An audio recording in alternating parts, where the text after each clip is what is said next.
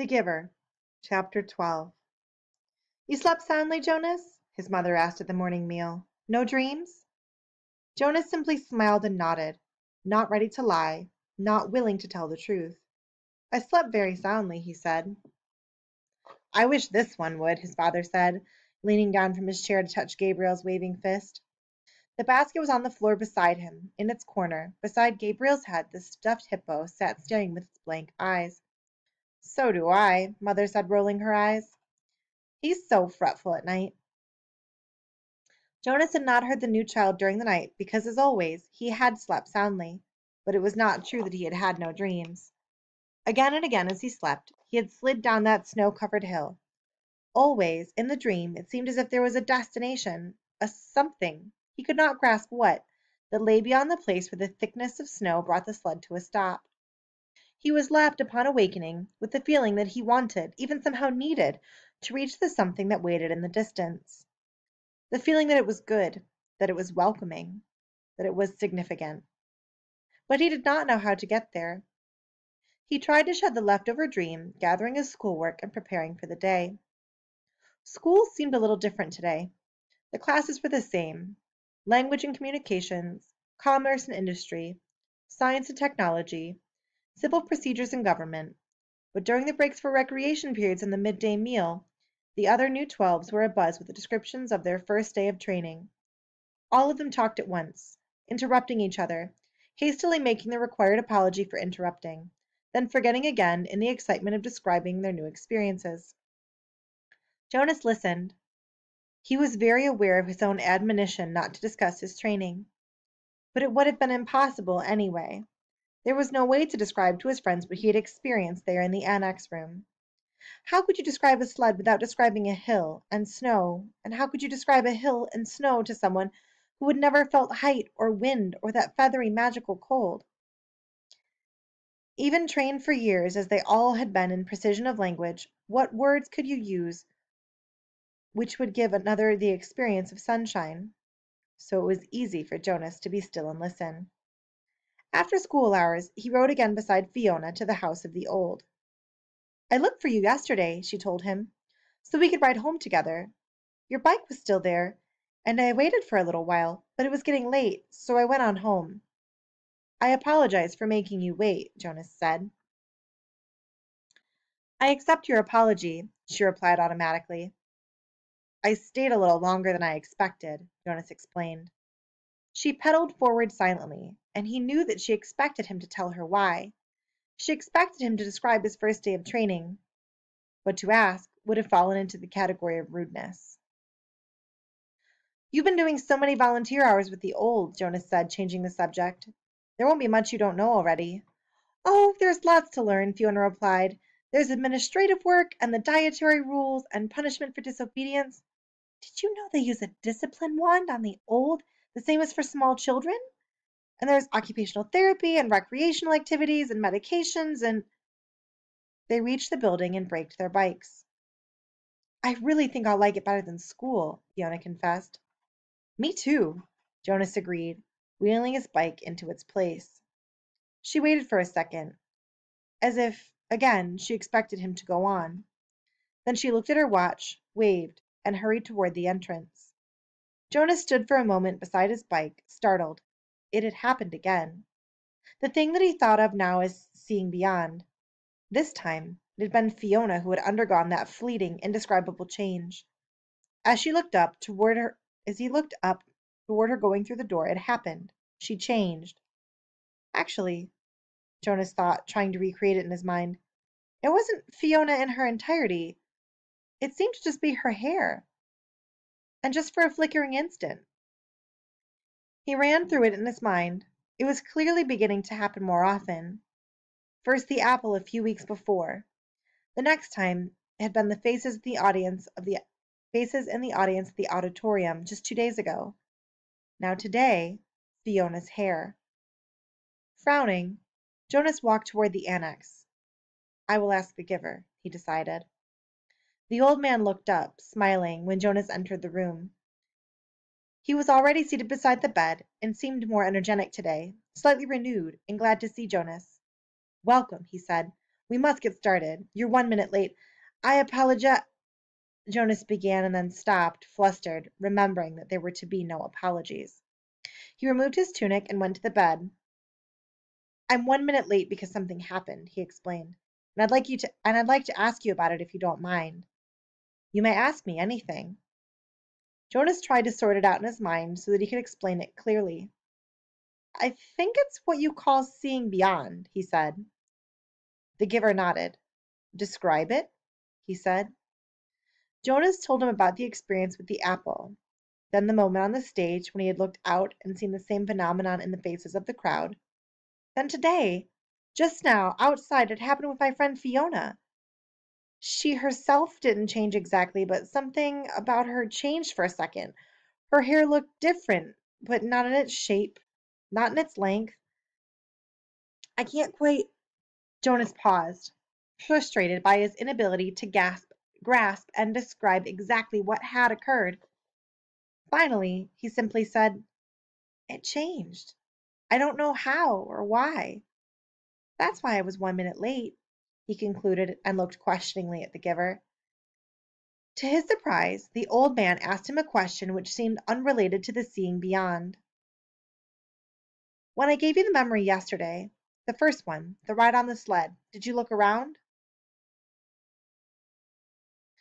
Yes. Jonas nodded. Yes, he said, but the stuff, the snow in the air made it hard to see anything. Did you look at the sled? Jonas thought back. No, I only felt it under me. I dreamed of it last night too, but I don't remember seeing the sled in my dream either, just feeling it. The giver seemed to be thinking. When I was observing you before this election, I perceived that you probably had the capacity, and what you describe confirms that. It happened somewhat differently to me, the giver told him.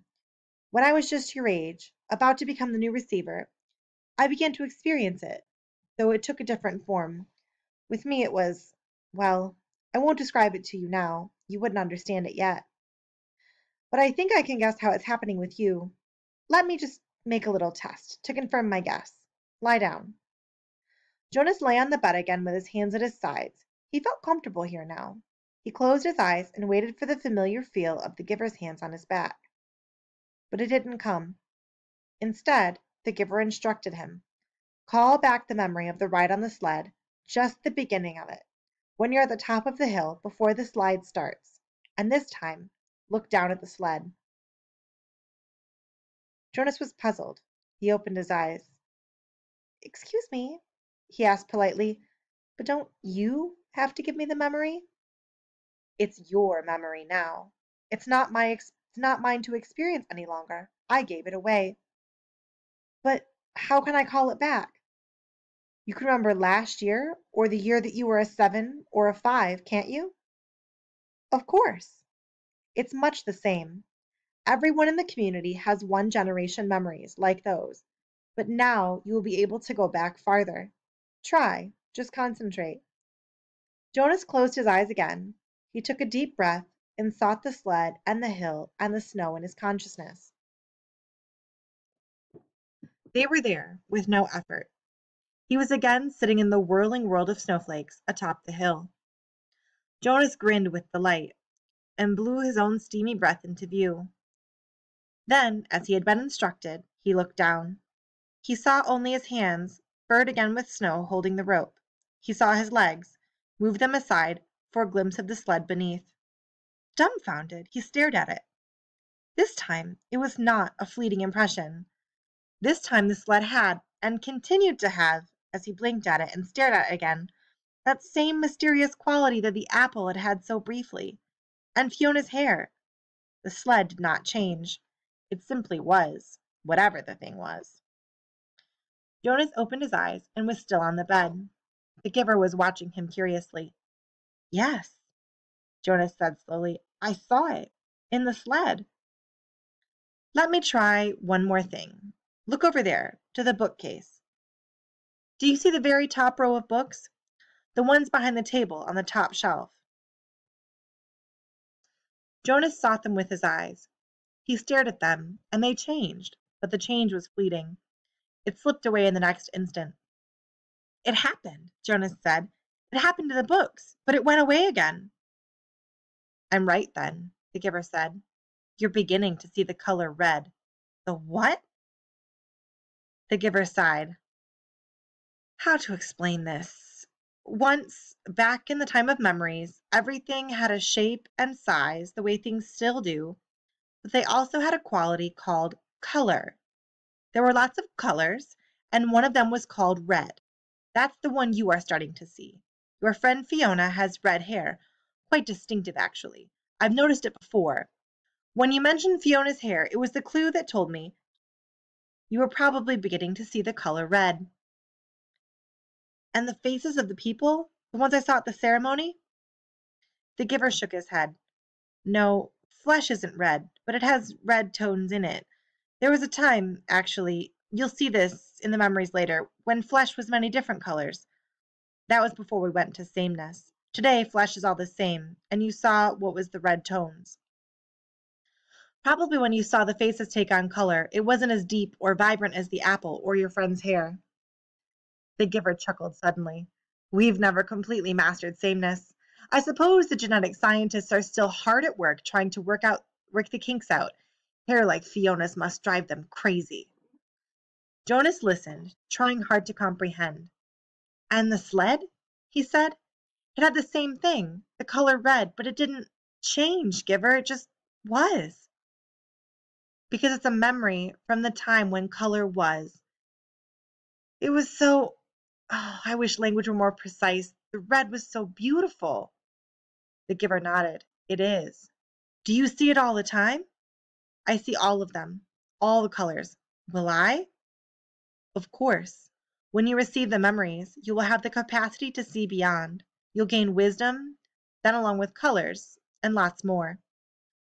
Jonas wasn't interested just then in wisdom. It was the colors that fascinated him. Why can't everyone see them? Why did colors disappear? The giver shrugged. Our people made that choice, the choice to go to sameness. Before my time, before the previous time, back and back and back. We relinquished color when we relinquished sunshine and did away with differences. He thought for a moment. We gained control of so many things, but we had to let go of others. We shouldn't have, Jonas said fiercely. The giver looked startled at the certainty of Jonas's reaction, then smiled wryly. You've come very quickly to that conclusion, he said. It took me many years. Maybe your wisdom will come much more quickly than mine. He glanced at the wall clock. Lie back down now. We have so much to do. Giver? Jonas asked as he arranged himself again on the bed.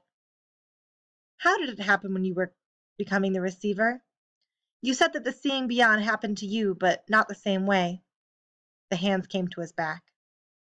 Another day, the giver said gently. I'll tell you another day. Now we must work.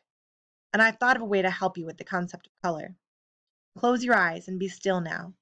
I'm going to give you a memory of a rainbow.